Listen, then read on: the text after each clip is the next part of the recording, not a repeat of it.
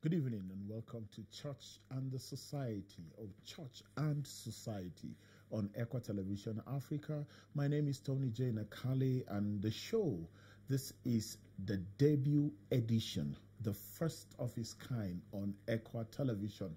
And I promise you, if you keep a date with us every Tuesday at 7 p.m., we will be happy bringing your way the happenings around the nation and our take on these happenings. To do the show tonight, I have Professor Yusufu Turaki with me, a veteran in the gospel. You are welcome, sir. Thank you very much. I'm so happy and delighted to have you on the show. I am also. Yeah. And I have a very regular face on ECWA TV Africa, Mr. Sebastian Abu. You are welcome. Thank you very much. Yeah, Mr. Sebastian Abu is on staff with ECWA International. As a matter of fact, he is the managing director of ECWA Publications Limited. Today on the show, Church and Society, we are looking at the contribution of ECWA over the years. ECWA has done tremendous activities in Nigeria for hundreds of years, and today we are looking at some of these activities that ECWA is giving birth to almost every day of the year. What can we do more? What is standing in the way of the things that we are doing already? Once more, you are welcome to the studio, gentlemen. Thank you very much. Yeah. Mr. Sebastian, I would like to start with you. How long have we been running ECWA Publications, or the most known challenge bookshop? The ECWA Today's Challenge has been running now for over 60 years. Over 60 years. Yes. That means, that goes to say that ECWA has been providing media services for almost 100 years. Precisely, a very long time. And of course, it started as African Challenge before, eventually metamorphosed in name and nomenclature before it became Today's Challenge. And since then, it's been doing a lot in terms of disseminating information to the general populace across, West Africa. And so it's been also helping in, propagating the gospel, because in the magazine you have different segments. You have the segments for Bible studies, you have the segments for Bible exposition. You also have the segments that actually analyzes news, analyzes situations in the country and in the region, and it has to do with human development. And so over the years we have continued to sustain the tempo, and even more recently we have been looking at the situation.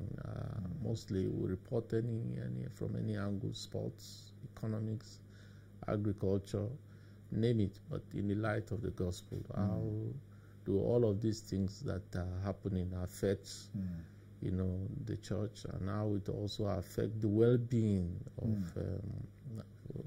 of all humankind, regardless of whether you're a Christian or whether you are a non-Christian. So that's what we've been doing, and we have continued to sustain the work, of course, with so much difficulty, particularly with recent developments. Well, that preamble is not mistakenly taken. It was a calculated question, because we have policies from government, and I think this is where Professor will come in. We have policies from government that suggest our rights to freedom of speech is tamed to a very reasonable extent. And if you look carefully, you will see that with these new policies coming from government, Professor, people will be deprived their right to first-hand information. people will be deprived their rights to the happenings. People will be deprived their rights to knowledge that comes as a result of information. How do we deal with all of these policies that are coming from government, that these policies are not palatable for several practices? How do we deal with these policies and the government and the people, sir? Thank you very much for this very important question. What I would say here, if you only single out policy making or decision making as a policy of government alone, and you don't bring in along administrative practices and then the attitudes of those who man government machineries or those who are in charge of government institutions. So you have three things that go together. Policy making is one. Administrative practices, that is, how do you implement policies? That's right. And then the attitude that people have in implementing policies. To answer this question which you have raised, is that we have to look at the people behind these three aspects: policy making, administrative practices, and attitudes of government. If the people behind these institutions, these practices of government, if they come into government with what I call a subnational value, that is a substandard value, that is not national, but is based on parochialism, that is, you want to bring your own specific worldview to bear on government and the people of the country. Now, when you have people who come and are running government institutions, but they have values that are not coterminous with national values, then things will go crisscross. That is, people want to impose their way of thinking, their way of doing things, and if possible, their beliefs on government. And then use government apparatus in order to propagate their sectarian values. And policies, government policies, could be formulated from a sectarian worldview that is not coterminous, that is not for the national interest, but for particular interests. I'll give you an example. For example, we have various ethnic groups in Nigeria. Now, if an ethnic group has its own interests, its own values, that can protect itself as against others, and they have the opportunity to make policies and to do government administration, then their attitude will reveal that what they are doing is subnational. That is, that the values that they are propagating, they are not national values.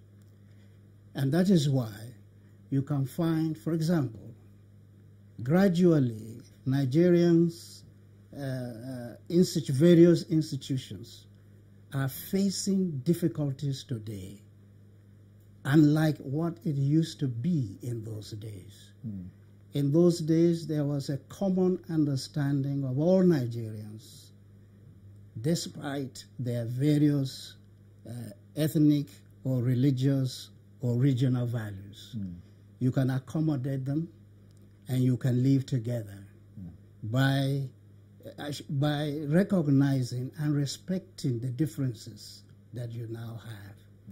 But today, you don't find that. you find that there are some ethnic groups in Nigeria, some religious groups in Nigeria, and some classes in Nigeria today who want to impose their sectarian values, their sectarian interests upon the entire nation. These are people, when they get control of government, they run the government to the detriment of the entire nation. They run government to suit their own ethnic or religious or class interests, or regional interests, but not the national interests. And so there are values that are conflicting with each other. You have values that are national, that every Nigerian can subscribe to such values. I call them national values. While you also have values that are subnational. They are values that cater for the interests of a specific ethnic group or a specific religious group or for a specific class of people. Now, when such sectarian, subnational values, people who have such, are in charge of government policy making, they will make policies that suit them as against other people. And that is why you find today, especially with Christian communities in the country, you find that there are certain governmental policies that do not favor the freedom that Christians have in propagating their religion, their gospel, and even the freedom to live within Nigeria, within where they are, they come from. For example, anywhere they so wish to live. Yes, yes. What you find is that the encroachment of the historical freedom of every individual Nigerian, and some are curtailed because of certain bad government policies and certain bad administrative practices and certain bad attitudes that the operators of the government machinery use upon other people. So I think I can rest here so that my brother will have... He talked about substandard values. Yeah. How do we come out of substandard values? Because substandard values give rise to the threat of businesses, to the threat of living in freedom, to the threat of so many things. The country was considered to be living in a particular way, but because of these substandard values, we are forced to live in the opposite direction. How do we go back for that narrative to be changed? Yeah, I think that the Prof has really hit the nail on the head. Because when you do not have values that are nationalistic, that are patriotic, that are institutional in nature, that can drive development, naturally the reverse is the case that you continue to see. And this has been a bane as a country over the years, because you will have stability in a particular administration that seem to be tilting towards progress, because usually when you come from a very bad administration that has been retrogressive over the years, like we experienced during the military regime, you now have a civil administration that came on board. Then we started seeing some semblance of development, of progress.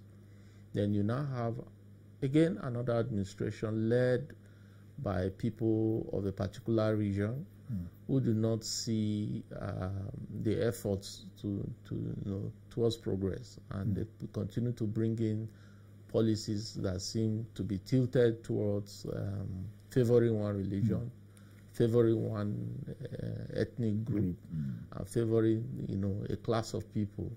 And so what you find under this circumstance is that you find people who become apathetic towards a number of government policies. There will be mistrust and that in itself can also discourage business from thriving, particularly investors who want to come into the system, knowing that the system is an unstable one, cannot put their money in such a kind of environment. And so what you have is people coming in, then expatriating their profits and leaving the system without any succession, plan in terms of progress, and this has been a problem over the years. So I think essentially that what government needs to do is to build institution, and building institution that is not centered around individuals in government, because we must recognize that these individuals come and go. But when the institutions, that fuels government are stable, when they are strong enough to deter any form of manipulation, or individuals coming to manipulate the system, then you will have some measure of stability. It means that people will flow in line with the dictates of our laws and of our institutions. But let me say quickly that as a country, we have very beautiful laws, well-crafted laws and policies, but the implementation is a problem, because they are usually structured in ways that can be manipulated. And you see what's happening to recent election in the National Assembly, to determine whether we should flow with the electronic voting or not, or go the old side. And you see how the lawmakers were turning the whole thing all around. They benefited to a large extent to a system that seemed to have a semblance, that seems to have a forward march towards perfection. Now we've reached the point where we need to perfect it, where we'll have electronic voting and electronic transmission of the results that devoid of ballot snatching or even the result snatching on the way, and that reduces insecurity or even any form of manipulation on the highway. But you can see how it's been twisted. And so if you even look at also the judicial system, you also see a lot of manipulation where the organs, the judiciary, the arms of government, the legislature and the executive are supposed to be checkmating each other. But the reverse is the case, where the executive continue to manipulate the legislators, manipulate the judiciary, that ought to, be firm on his feet to say, no, this is the interpretation of the laws. But yet you still find, as Prof said, this kind of intrusion into those very important aspects of the arm of government, so much so that even when you run to the courts for the courts to actually give you justice, you don't get it. So where do you run to? Nobody. So that's the problem. And so a combination of all these, leading to all of those kind of injustices is actually what has led us to the kind of insecurity situation that we find ourselves. High level of crime and criminality, and the confusion that we've seen in government. So we're in a very serious muddy waters, and we pray that government would really retrace its step by auditing itself in terms of those who are actually in government, what is their attitude, as Prof said earlier, and what is their belief concerning the policies we are running, their sincerity in terms of the implementation of those policies, which is the administration he talked about. Well, excuse me.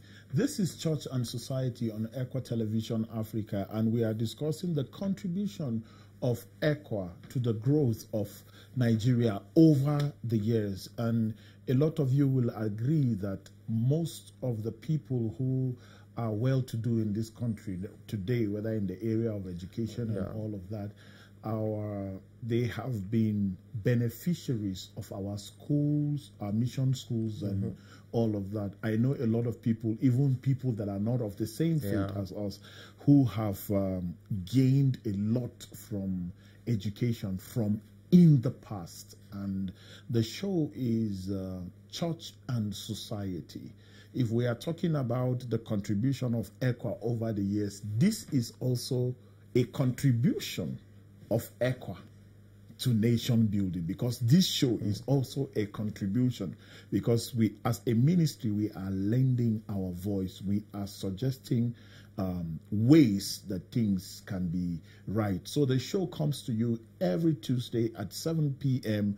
on ECWA Television Africa and also on Facebook. So do well to follow us and share so that other people can join and make their contributions. The phone lines will be open anytime after the break on the show.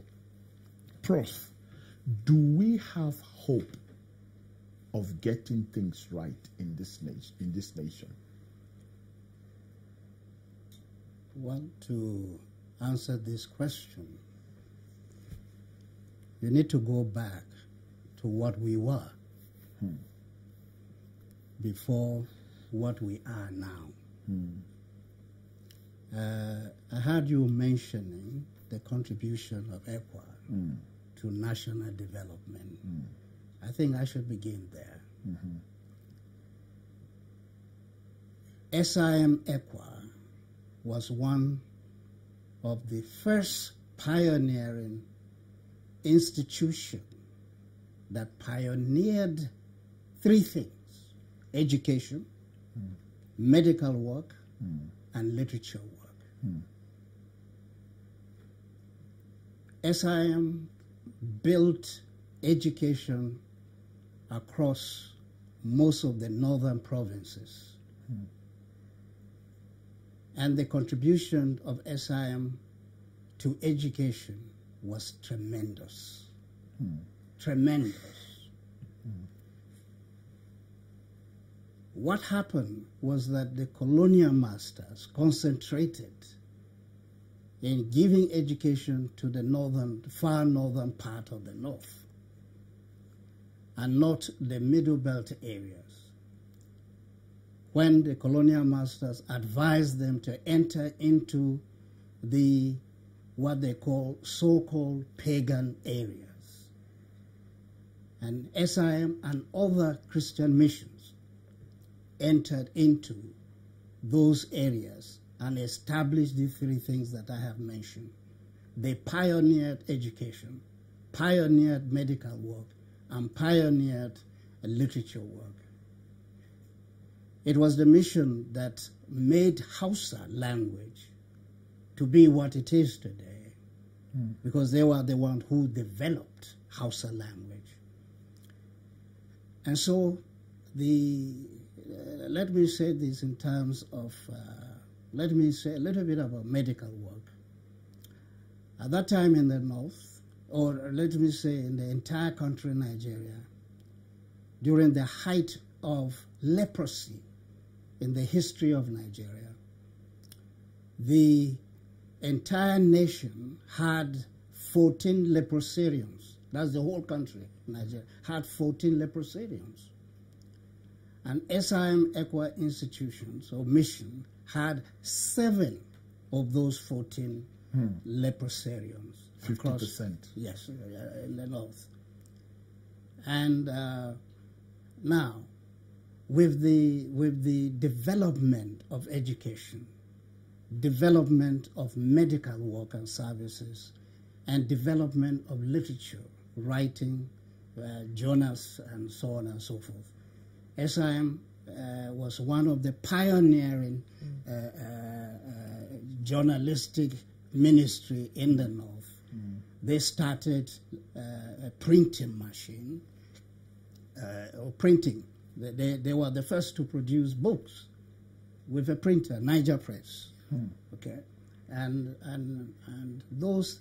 So the contribution was tremendous, very important, which the northern government, the northern colonial government, recognized the contribution of Christian missions to national development. Now, when you look at that, there was a very strong cooperation between the mission and the northern government. That's the northern colonial government. And even when the colonialists handed everything to nationals, that continued. That relationship, partnership continued. Now, when you come to the situation that we are in today, it is pathetic. When government was ill-advised, I mean the federal government of Nigeria, was ill-advised in the early 1970s that government should take over mission schools and missions hospitals so that they can run them and manage them. And one of the excuses that was given for government takeover was that the missionaries were proselytizing. That is, they were converting Nigerians to become Christians. And so one of the policy at that time of taking over mission schools and medical services of Christian missions.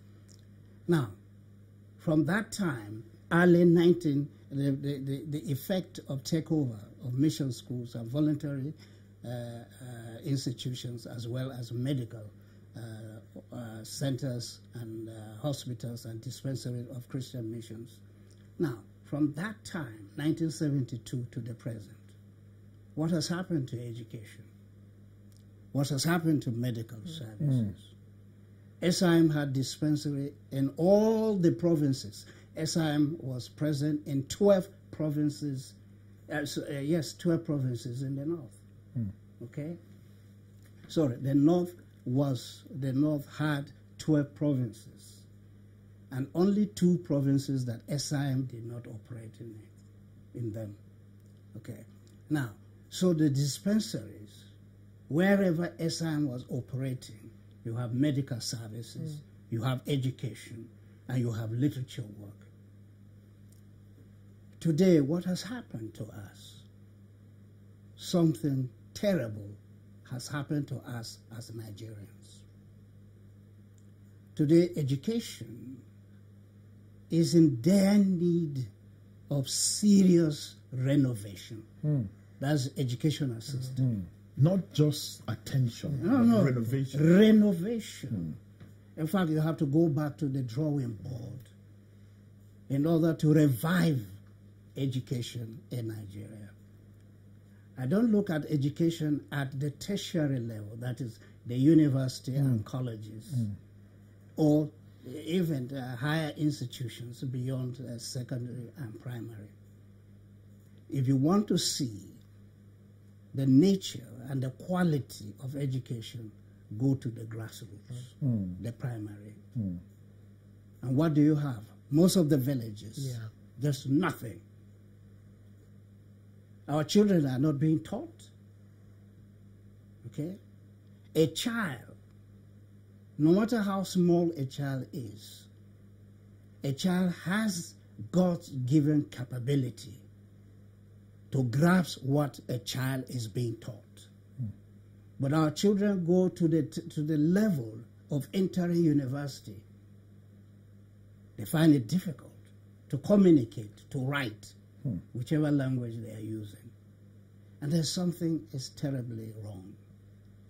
Now, what is the hope in this? Look at Nigeria today. That takes us back to the question. Yes. Yeah. Look at Nigeria today. Where is hope in chaotic Nigeria? Nigeria is like an animal zoo. Animal zoo. In fact, animals are better than Nigerians. Look at how Nigerians are killing each other. As if they are not human beings. There's no sense of morality, no sense of ethics, no sense of respect to human life. Just see what is going on in the country.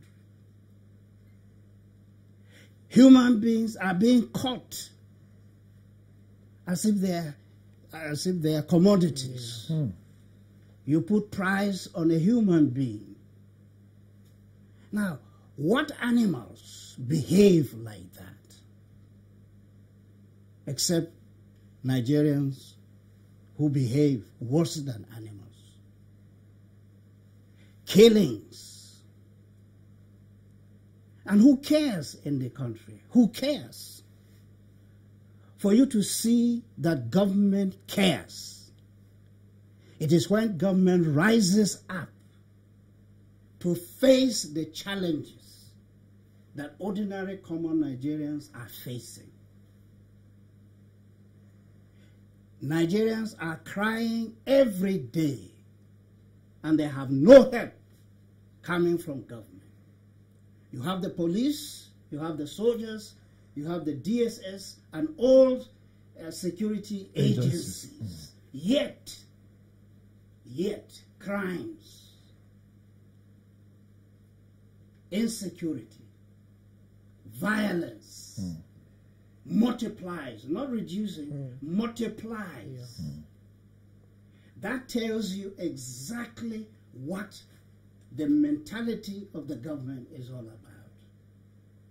What policies are they making to protect individual Nigerians? What administrative practices are they doing to forestall all these crimes and insurgency and insecurity that is rampant in the country? That there's something wrong. There's something wrong with the government. If Nigerians will continually receive the propaganda of government and rely on government propaganda as they have been relying on government propaganda since this regime took over in 2015, has their lives become better? No. Has security improved? No. Has economic activities improved? No. Nigeria is going down the hill.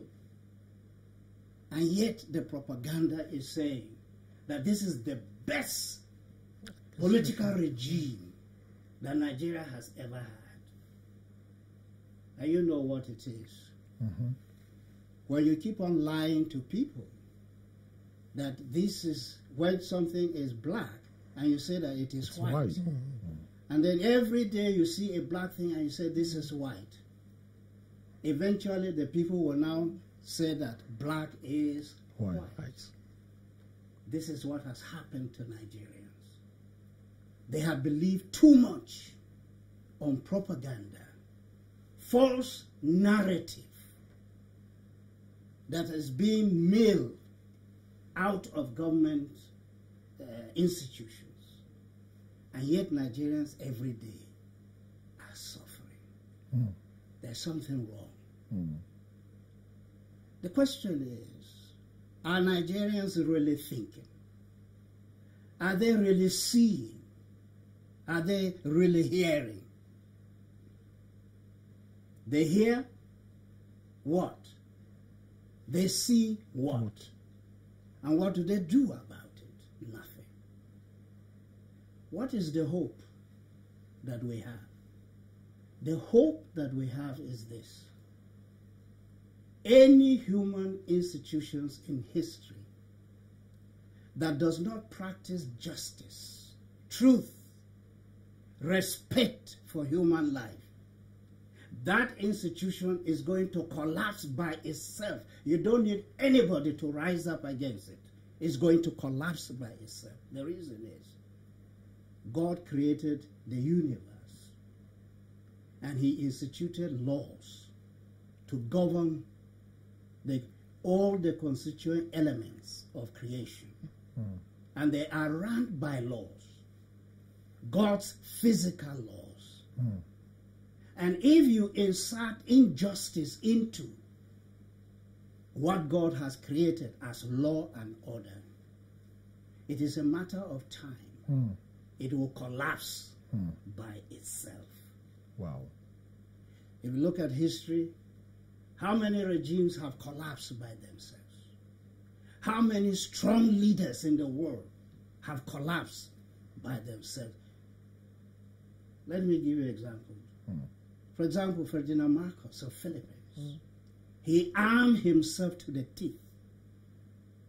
Nobody thought that there could be any regime that will rise in the Philippines to overthrow Ferdinand Marcos. But what happened to him?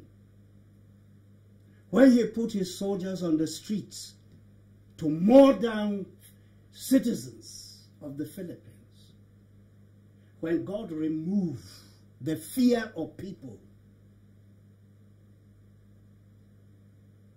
in the leadership of the Philippines, God removed that. You know, leaders, people fear leaders because God makes people to fear and respect leaders. Yeah. But when they reach a certain point, when God removes the fear From the people. I tell you, the power of people will overthrow them without even using a gun.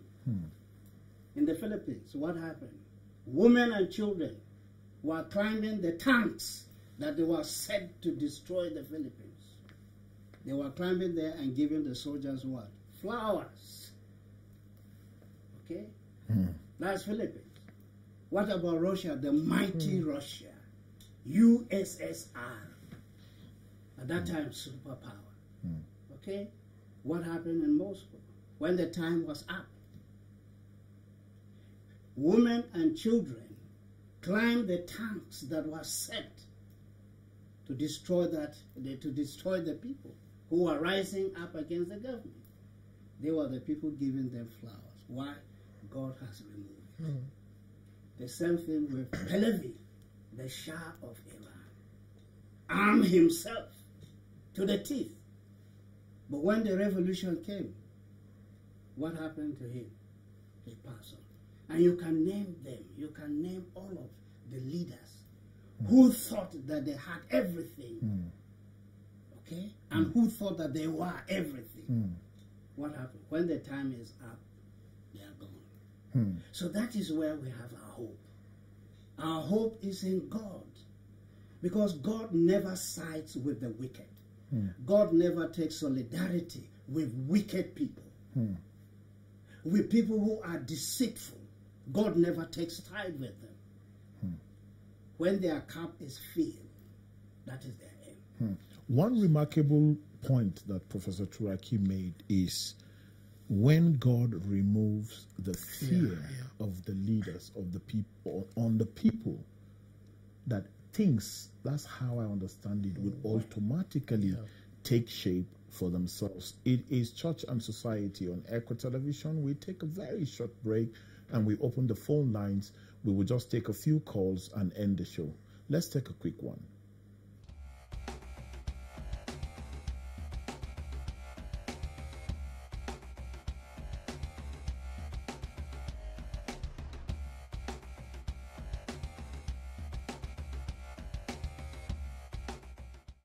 If you have been following, we're back from the break and the phone line is open, so you can call in and make your contribution. Please, when you call, stay away from your TV set, go straight to the point.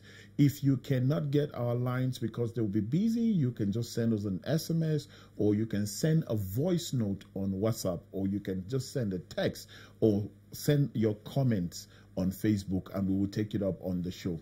So, I am sure we are getting to that point where God will take out the fear from the people. Now, Mr. Sebastian, another election season is fast approaching. As a matter of fact, we are within it already.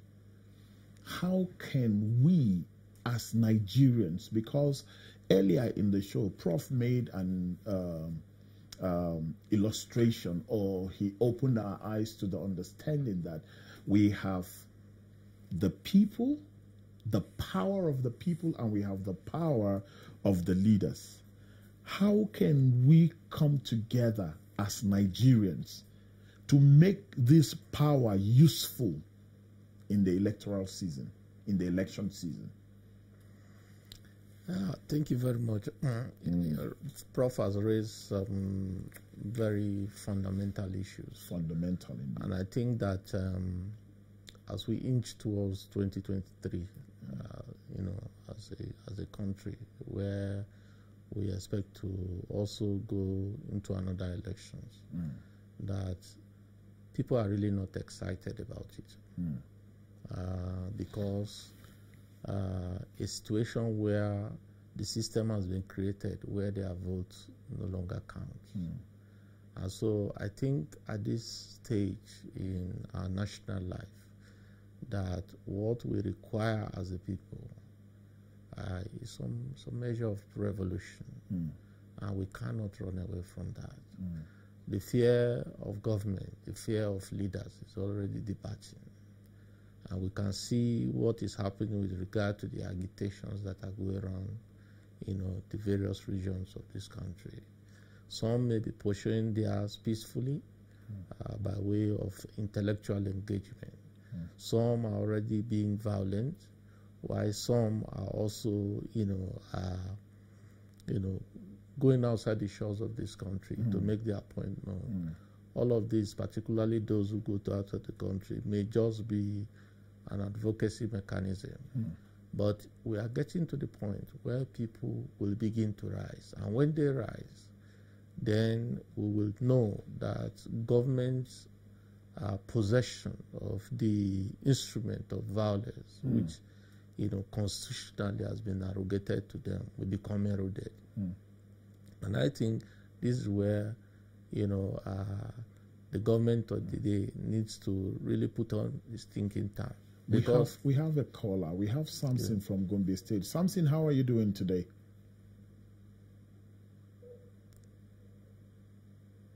Go ahead. Yeah, that's where government needs to really... Yes, please, Mr. Samson, turn down the volume of your TV set so that you can listen to us from your phone.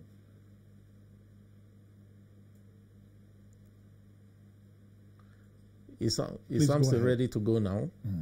Please, when you call, stay away. Don't listen to us from your television. Use the phone to talk to us like you are doing a regular phone call. Go ahead. Yeah, thank you. And that's where government needs to put up its thinking cap. But unfortunately, we don't see this happening, and because they don't learn from history.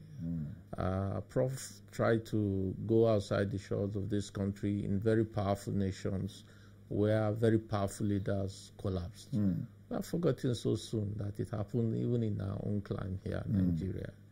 We saw the very powerful, not too long a time ago, where the very powerful military, under the military junta of General Abacha, that at some point almost created a one-party system that he was preparing himself to go into to continue to rule over the country. We saw exactly what happened. Because when God's presence departed from leadership, he died in a very, abrupt circumstance. And we saw how the nation, moved on without him. And so people need to understand that when you are given the opportunity to lead the people, that is a service to God and humanity, and you must take it very seriously.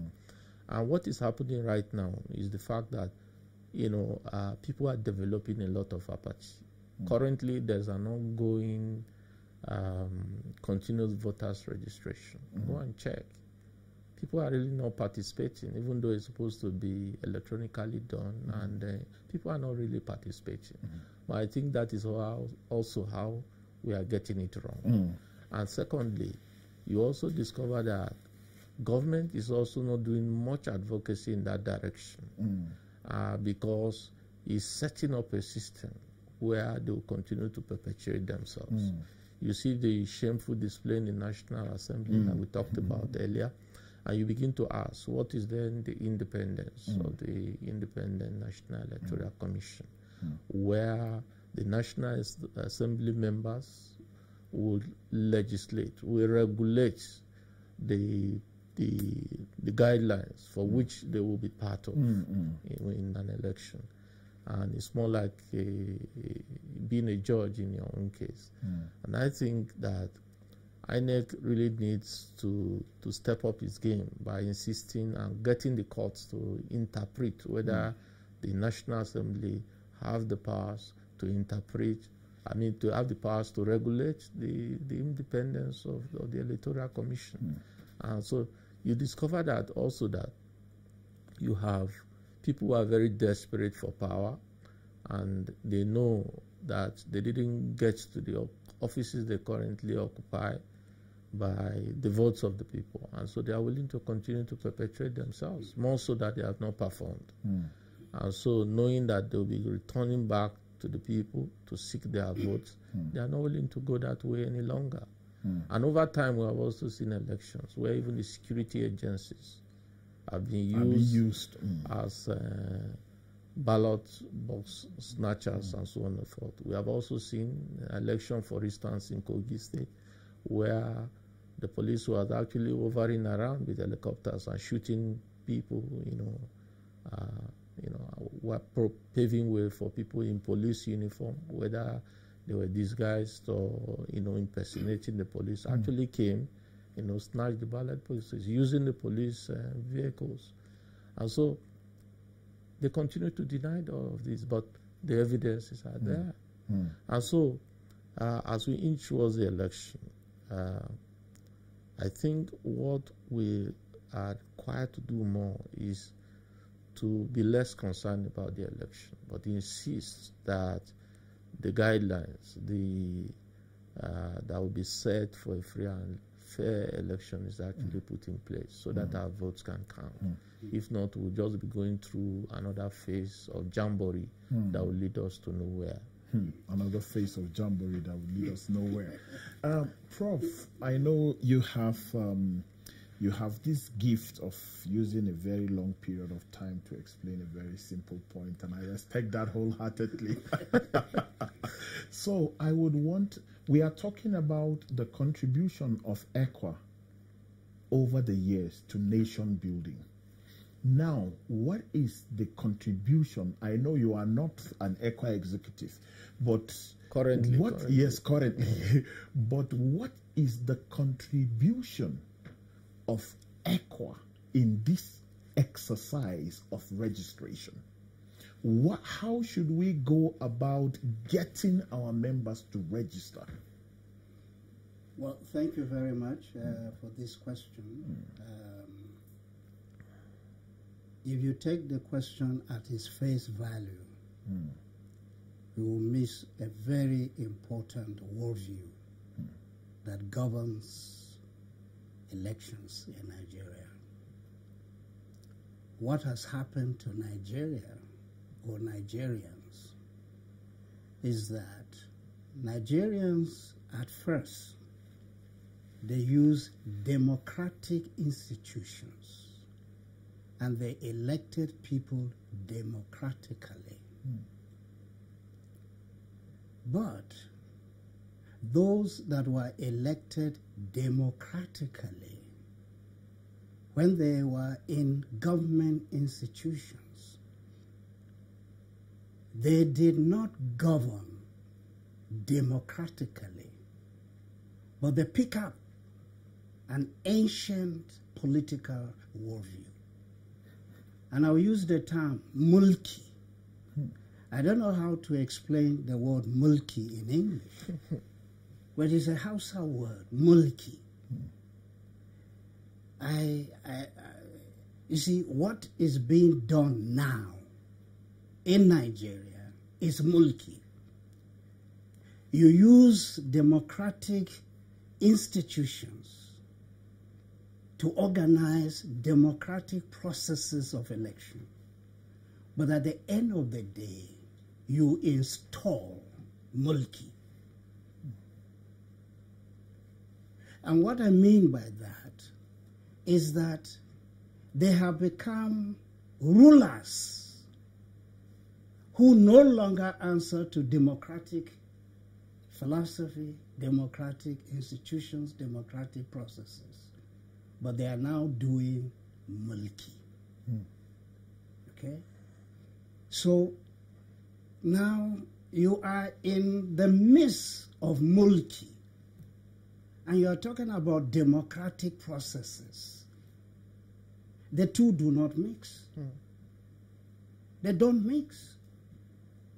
Okay? So even if you vote, or even if you register, you go and register, yes. Good Nigerians will tell you, go and register. That is being politically correct. But you are registering under people who are doing mulki. And you know the end result of that is that all the democratic processes will end at the election day. And the mulki will take over.